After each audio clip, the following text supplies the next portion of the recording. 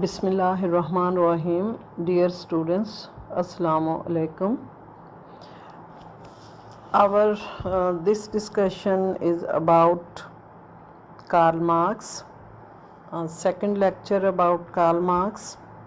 In this discussion, I explain you about Marx's most important aspect about labor theory of value and theory of surplus value.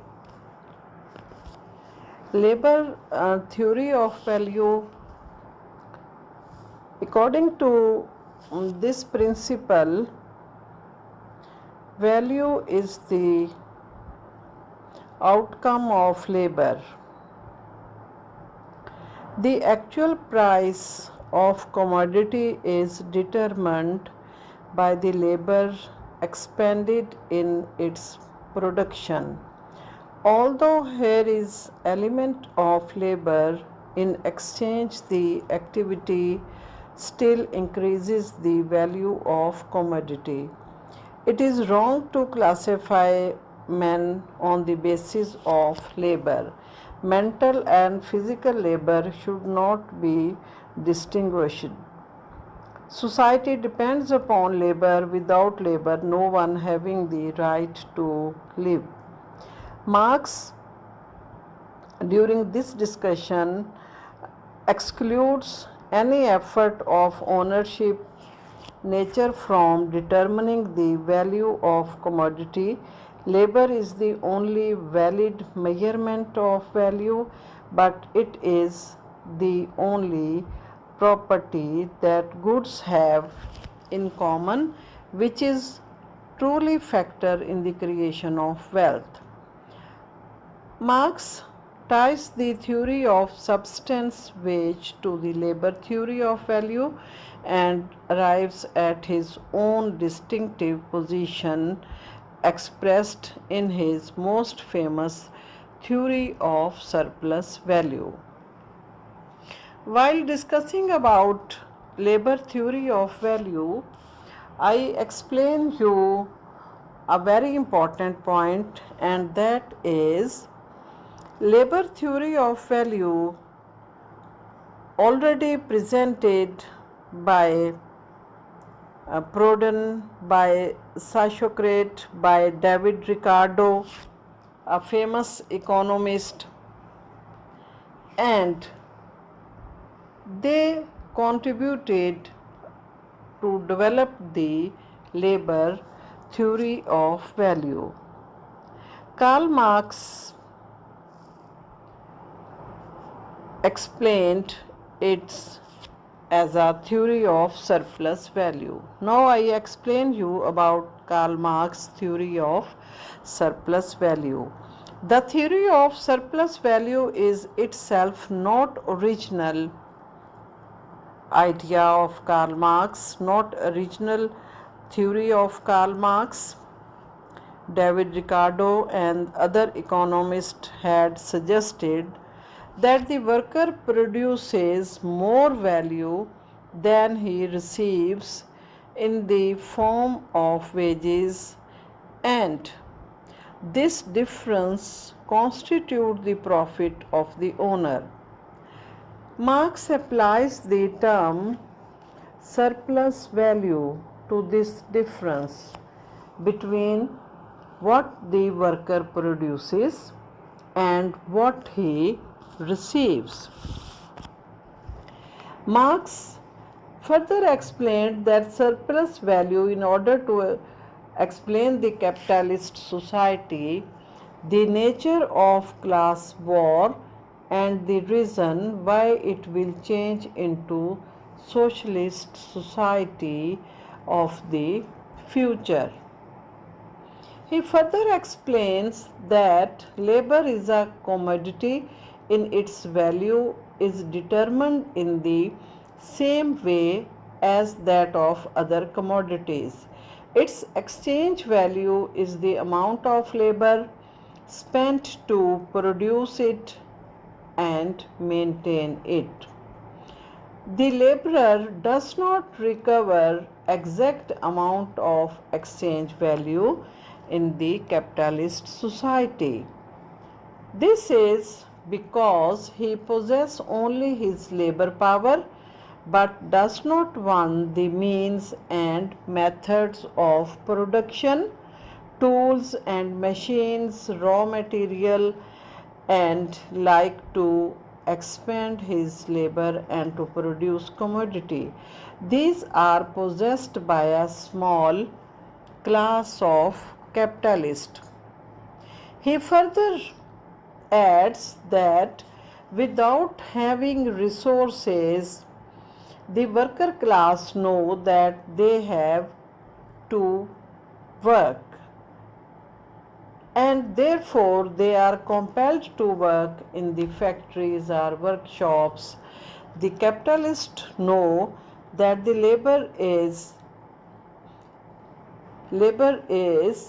only criteria for the exchange of values. So laborers have to work under the condition determined by the capitalist who pay them the wages as are sufficient to maintain them. In a very simple way, in other words, we can explain that they pay them subsistence wages and sell the commodity at its exchange value.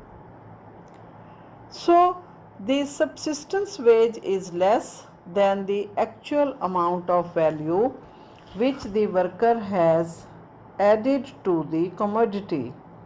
The difference is surplus value, or it is the amount which results from the difference between the exchange value of the commodity and actual wage paid to the laborer of his labor.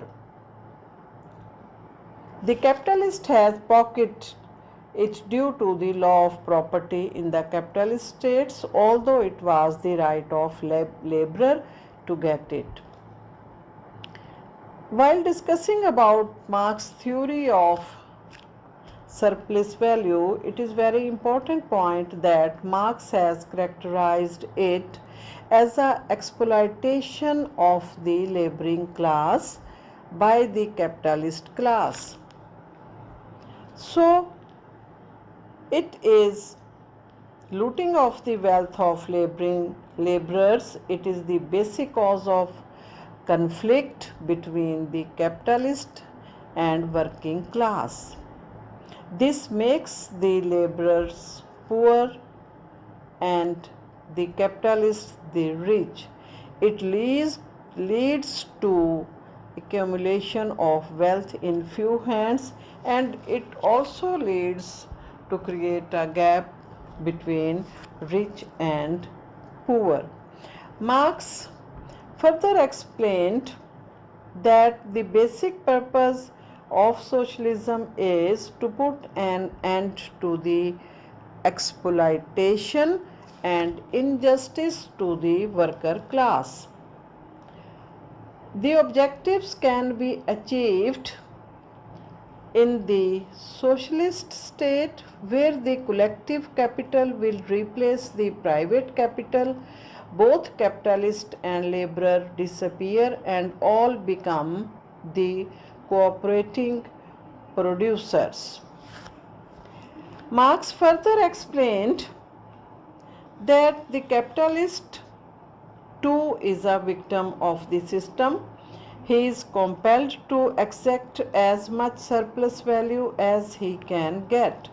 Improvements in technology of production make possible an increasingly large scale production.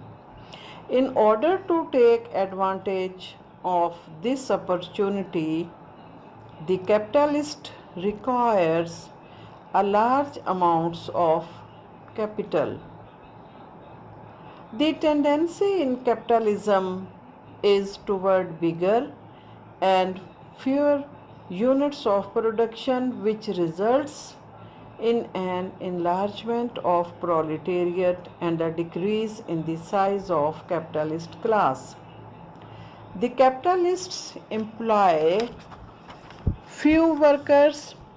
Thus, the relation between the capitalist and the workers becomes bitter due to the surplus value. This is a competition among the capitalists for the more profitable investment. The capitalist resorts to a number of devices in an effort for labor saving, and machinery is installed to increase profit. But this only results in unemployment of workers. A further effort is made to maximize the surplus value by increasing hours of work for the laborer and cutting the labor force. This too leads the tension, tussle, hostility between capitalist class and labor class. After discussing Karl Marx's views about surplus value, his next most important theory is class struggle. Marx's theory of class struggle is very important, and it also very necessary to understand because of his basic concept of materialist conception of history. Marx believes that the history of human beings has evolved not by a rise of new ideas but by the material factors, by the economic methods and conditions of productions which give rise to the new social classes. So, Marx denies spread of new beliefs, new knowledge, customs, religious aspects, and he only highlighted material aspect, economic aspect, and material conditions for the discussion of class struggle in the history. This leads to a struggle between new and old classes. In other words, history is nothing but a story of class struggle and conflicts which are waged in political, moral, religious, and intellectual fields. In history, these are known as political revolutions and the rise of new parties, new states, new philosophies, new culture, and new thought. The class one was waged by different classes at different stages of human history. Karl Marx explained that class war has occurred due to the breakup of the tribal community organization. In fact, humanity has evolved to higher stage of development through class conflicts. Each system of production has given rise to two main but mutually hostile classes, the owners and workers. In every society, the class which is able to control the means of production and distribution will govern that society. will also play dominant role in the society. By economic necessity, it will have to govern by dominating, by exploiting other classes. The exploited classes cannot survive unless they resist this oppression and exploitation. Karl Marx further emphasized that throughout human history there are class wars between exploiters and exploited. He further gave examples from history that master and slaves and landowners and poor peasants, landed aristocracy and bourgeois, and capitalists and proletariat. Every phase of history indicated class struggle from ancient period to modern period. The conflict between the exploiter and exploited classes differ from all previous class conflicts, and according to Karl Marx, the conflict between capitalist and worker, it is a final conflict. There is inevitable victory of the proletariat as it is a larger class, and it will make the society classless where there will be no conflict. It is revolutionary in its nature because it will change of nature of the society by dividing the labor and creating new classes. So this discussion about the class struggle clearly shows that class struggle based on economic or material factor, and class struggle also remain in different phases of history as a two basic classes, exploited and exploiting. During this discussion, next most important point regarding these explanations, which is also related to this discussion, and that is about social revolution. Karl Marx based his political philosophy on economic struggle which was going on between the rich and poor. It was struggle in which the rich were exploiting the poor and getting the richer. The rich had wealth by which they controlled the means of production.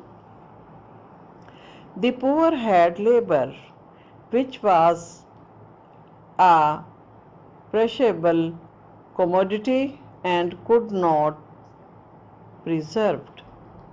The laborer always used to sell their labor, while the capitalist always used to exploit the laborer due to the surplus value.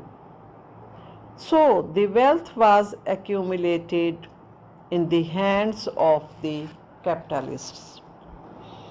The capitalism had seeds for its own destruction.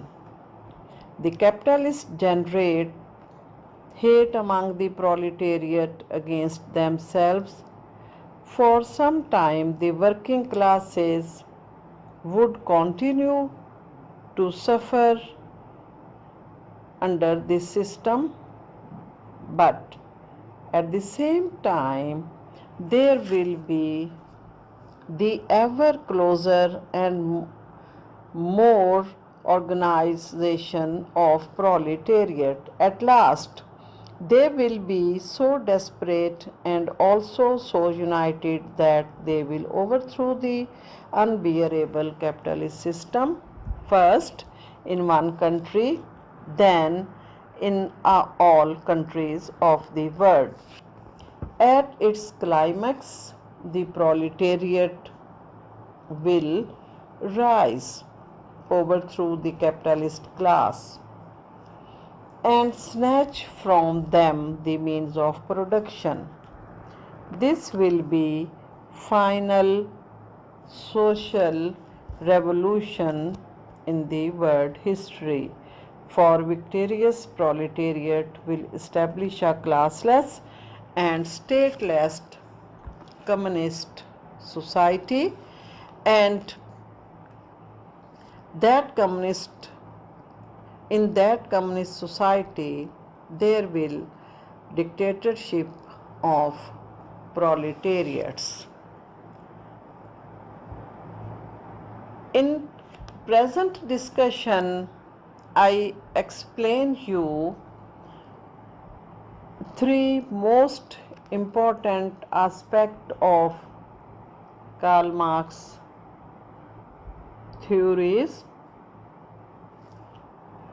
Theory about labor theory of value, surplus value, the class struggle, and social revolution. यहाँ तक मैंने आज के discussion में आपको जो major aspects बताए हैं जो हमारी प्रीवियस डिस्कशन से रिलेटेड हैं. प्रीवियस डिस्कशन में मैंने आपको कार्ल मार्क्स का डायलेक्टिकल मटेरियलिज्म के हवाले से और हेगल का डायलेक्टिकल और कार्ल मार्क्स के डायलेक्टिकल में जो डिफरेंसेस थे वो एक्सप्लेन किए. कार्ल मार्क्स से रिलेटेड ये सेकंड डिस्कशन जो है इसमें मैंने आपको लेबर थ्योरी ऑफ वैल्यू के बारे में बताया और थ्योरी ऑफ सरप्लस वैल्यू के बारे में. लेबर थ्योरी ऑफ वैल्यू को सिंपल लैंग्वेज में इस तरह से हम एक्सप्लेन कर सकते हैं कि किसी भी चीज़ पर जब मेहनत की जाती है तो उसकी वैल्यू में, उसकी इम्पोर्टेंस में, उसकी अहमियत में इजाफ़ा होता है.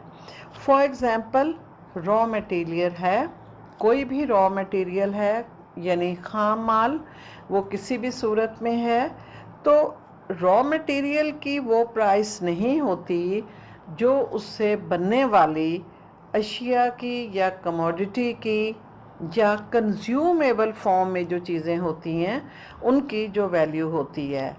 तो इसको हम इस तरह से अंडरस्टैंड कर सकते हैं कि रॉ मटेरियल और रॉ मटेरियल से जब चीज़ें कंज्यूमेबल फॉर्म में बनती हैं, बनाई जाती हैं, तो उन पे लेबर जो होती है उस लेबर की वजह से वो कंज्यूमेबल फॉर्म में हमारे सामने आती हैं.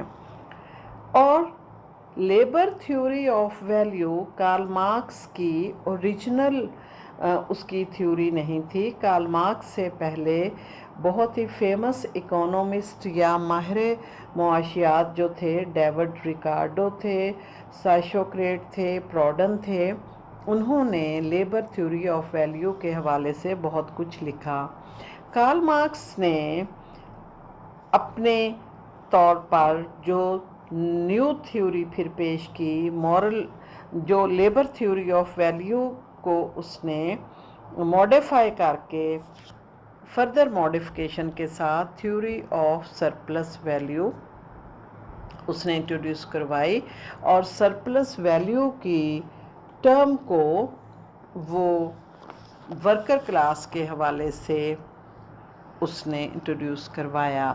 तो सरप्लस वैल्यू जिसे हम नज़रिया कदर ज़ायद कहते हैं, कार्ल मार्क्स के मुताबिक नज़रिया कदर ज़ायद या जो सरप्लस वैल्यू का नज़रिया है उसमें मज़दूर की जो मेहनत होती है या वर्कर की जो लेबर होती है उसको उसकी लेबर के मुताबिक सरमायादार पे नहीं करता, उसका हक अदा नहीं करता, और उसी कमोडिटी को वो एक्सचेंज वैल्यू अमाउंट के तौर पर जब मार्केट में ले जाता है तो वो वैल्यू, उस वैल्यू के नतीजे में वो उससे कहीं ज़्यादा, यानी उसकी एक्सचेंज वैल्यू उस कमोडिटी की कहीं ज़्यादा हो जाती है एज़ कंपेयर जो मज़दूर को, वर्कर को, लेबरर को पे की जाती है।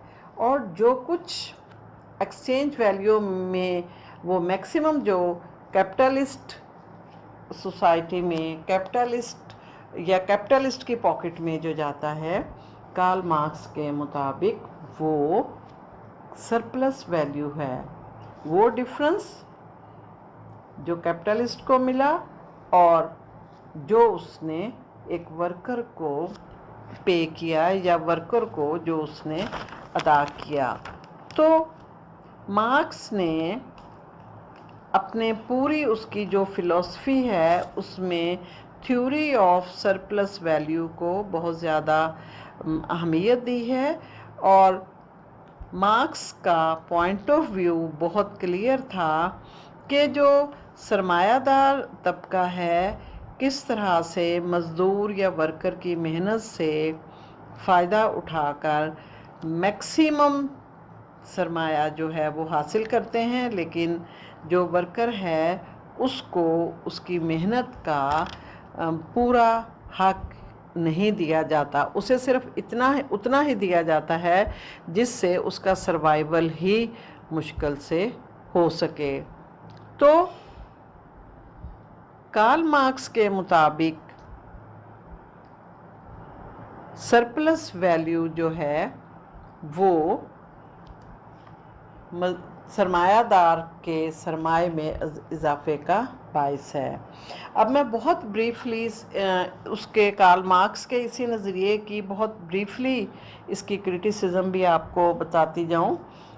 मार्क्स के सरप्लस वैल्यू पर बहुत ज़्यादा क्रिटिसिज्म हुआ, और वो क्रिटिसिज्म इस पॉइंट पर था कि कार्ल मार्क्स सिर्फ और सिर्फ लेबर को ही वैल्यू करार देता है कि मेहनत के नतीजे में कंज्यूमेबल फॉर्म में जो चीज़ सामने आती है तो उस पर सिर्फ वो मज़दूर की मेहनत की वजह से।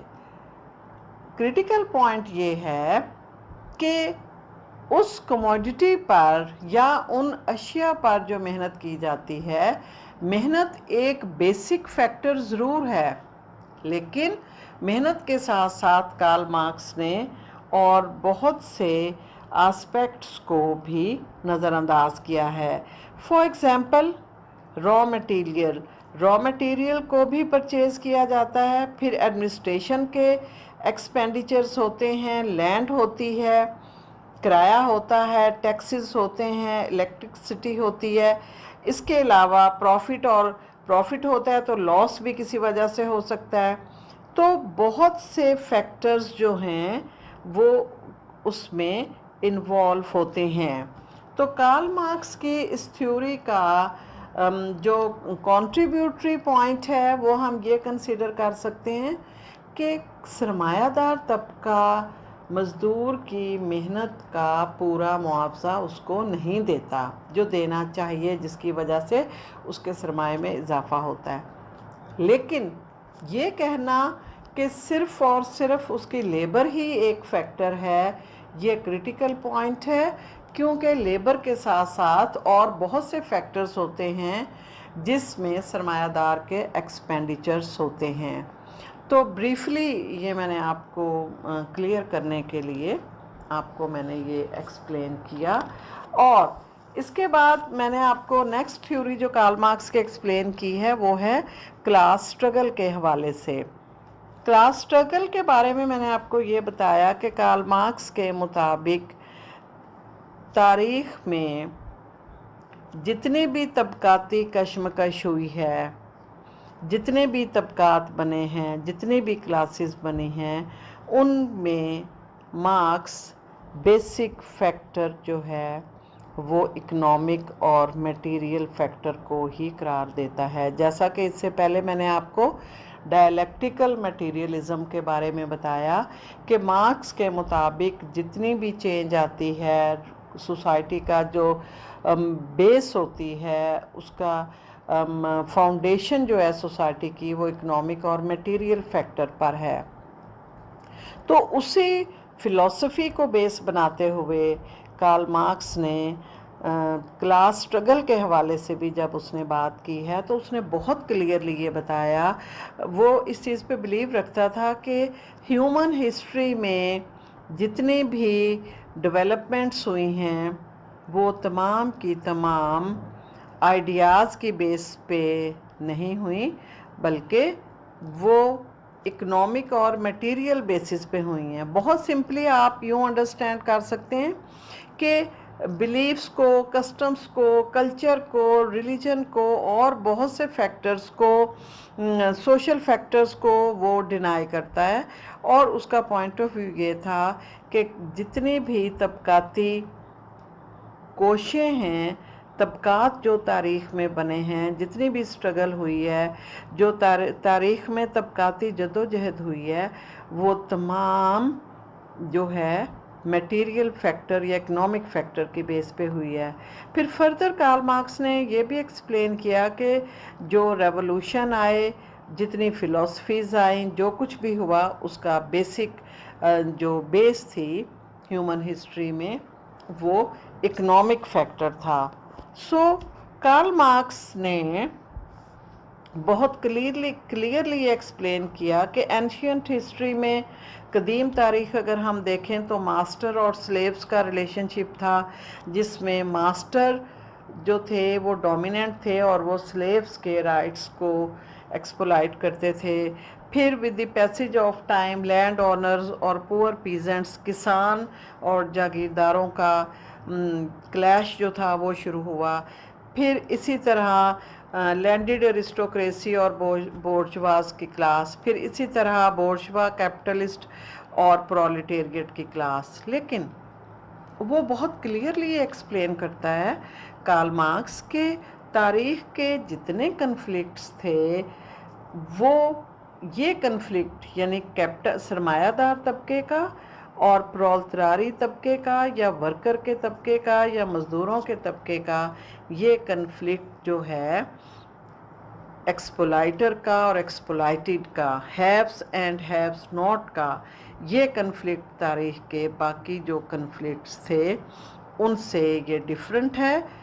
इसलिए कि डिफरेंट इसलिए है कि अकॉर्डिंग टू मार्क्स ये नागुज़ीर है कि ये प्रोलेटेरिएट इनकलाब लाएंगे और उस इनकलाब के वो इनकलाब कम्युनिस्ट रेवोल्यूशन होगा और उसके नतीजे में क्लासलेस और स्टेटलेस सोसाइटी वजूद में आएगी और ये फाइनल कन्फ्लिक्ट होगा और उसके नतीजे में जो डिक्टेटरशिप होगी वो प्रोलेटेरिएट क्लास की डिक्टेटरशिप होगी। फिर इस सिलसिले में उसने फर्दर ये भी एक्सप्लेन किया कि इस पूरे प्रोसेस में जो सोशल रेवोल्यूशन होगा वो इकोनॉमिक स्ट्रगल होगी और रिच और पुअर के दरमियान ये इनकलाब आएगा और रिच जो हैं वो ज़्यादा अमीर से अमीरतर होते जाएंगे, गरीब गरीब से गरीबतर होता जाएगा।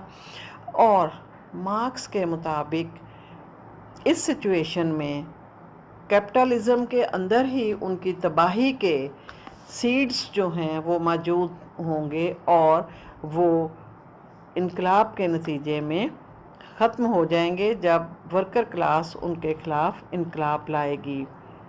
तो ओवरऑल